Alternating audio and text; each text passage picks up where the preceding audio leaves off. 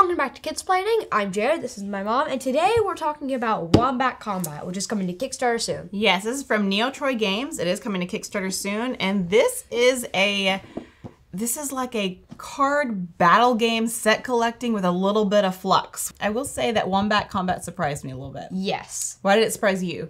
It surprised me because the box cover, like, it shows them fighting, but the way it's animated... Oh, you're talking about what, the way it's drawn? Yeah, the way it's drawn. It doesn't look like how the game actually is. How? They're fighting. It looks exactly how the game is. They're fighting, but there's no set collecting in the front of the box. So you're thinking, you thought it was just a take-that fighting game. And then this also surprised me.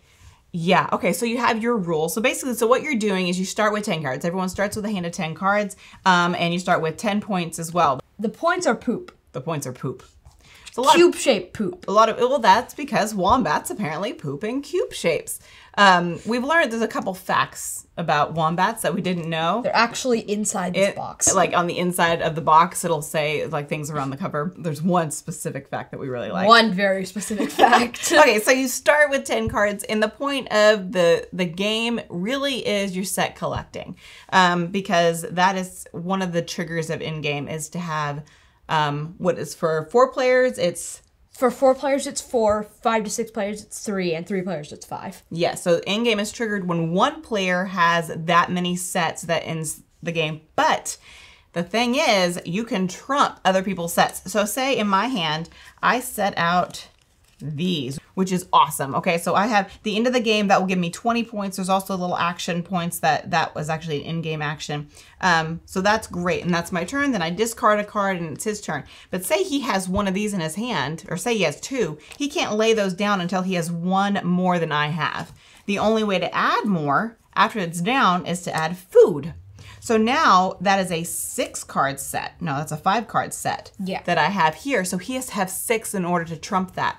But he can lay down a predator on his turn and take out 2 of mine. Always takes the food out first, but so he can lay down 4 next time if he wants to trump that card. Now, if he trumps it, my whole set goes into my burrow, and those are negative points at the end of the game. So not only does he trump that and he gets those points and I don't, those actually add negatively to my score, which I thought was really interesting. So you've got predators, you've got food to add to, you also can evade because we are battling. Combats. We are combating each other. With a K. Yes, with a K. Okay, so on the bottom here, they have these 2 symbols. This top one is the attack. So if you're the attacker, you focus on that. But the person you're attacking focuses on these shields. Okay. Say who you're attacking. I'm attacking Bobby. Okay, so then I would look in my hand and pull out, if I had 3 wombats, then he can attack me. So I go, okay, I've got my 3 wombats. So we go 3, 2, 1. We both flip them over at the same time. And so he's looking at the top because he's attacking, and I'm looking at the bottom shield because I'm defending. So I have 4, 5, 6, 7 attack. And I have 8, but it doesn't end there. Then we grab these dice. I grab the defense dice. He grabs the attack dice. And we roll. Okay, I had 1 more. So I have 9, and he just adds 1 more, so he has 8. So I still win. Hi. Okay. So say after we've rolled and he's like still just less, he can lay down this attack card, which is add 1. So now we're equal. So then we roll again. Roll again. And to see whoever gets the top one. Yeah! So he won. It didn't look like he would. So what would happen? He would take one of these. This would go in the discard. He would take one of his cards and put it into his glory spot. The glory wombats get 3 points at the end of the game. So you have a stack face up next to your player aid, and that is your glory. Now, you also have the burrow. So what he's going to do is he's going to look at my 3 wombats that I used to fight, and he's going to take one of those for his hand. I think I'm going to take this one because it's really high in defense. Yep. And then we'll put this one in your burrow and then give you this little baby. He's going to spare me the baby. So that's kind of how that, now what he does, what's really, really, really cool about the flux, the rules, now that he won, he gets to roll the event die. Woo. And that is continuous. So we flip over another continuous. These change the rules throughout the game. So you can have a different thing that happens at the end game and different continuous. So this one is, you can replace one of your wombats in your burrow with a wombat in your hand before combat, which is really cool because he put one of the really good ones in my burrow. And so before I fight him, I can pull this one out and switch it with this lower one. Yeah. And then I can fight. Now, if he had rolled immediate, an immediate one, this would flip over and we would resolve this before anything else happened. So the this one was like our favorite one. The player with the longest arm takes a group selfie. That was fun because we took a group selfie at the, in the middle of the game. Also one, you want to be careful though. There's also one. I just happened to flip it. Okay, the player who revealed or touched this card must attack a player of his or her choice.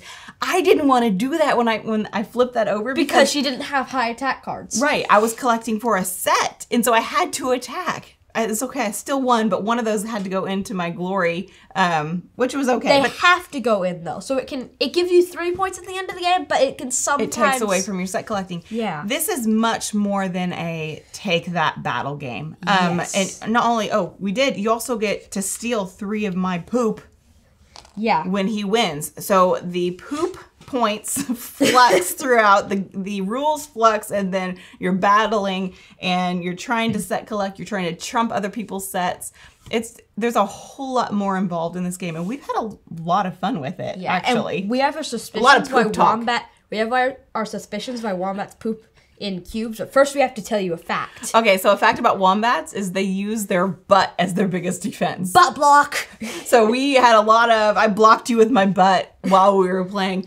And it's because their butts are made of cartilage. Their butts are made of cartilage. They've got hard butts, so we thought maybe because they have hard butts, the poop comes out in cubes. Yeah, so like their hips just put it into a cube, and then it's so hard that it just can't change. Well, they say that their poops are cubed so that it doesn't roll down the hill, but I think it just happens to be a plus for them. And they can mark then their she territory. also mentioned like a hut made out of poop. They could build a poop bricks. Okay. There was a lot of poop talk at the table when we played. The one thing... Fun poop talk. Yeah, fun poop talk. The one thing that maybe, I don't know if we'd call it a con, it's a 3 to 6 player game, so it's not 2 players. That's not really a con. We always have 3 players typically. It's ages 10 and up. Peyton is turning 9 next week. He played it fine. It is reader dependent, so you do need to be able to read in order to play. But he was still really good at it. Yeah, he was really good. The one thing that's interesting is they say it's a 30-minute game. We've always played at least 60 minutes, sometimes even an hour and a half, depending on how many battles there are, depending on... Now, we have tend to play towards the end of the day, so we are a little tired, but it's always been a longer game than 30 minutes. I don't know if it just is our experience with the game.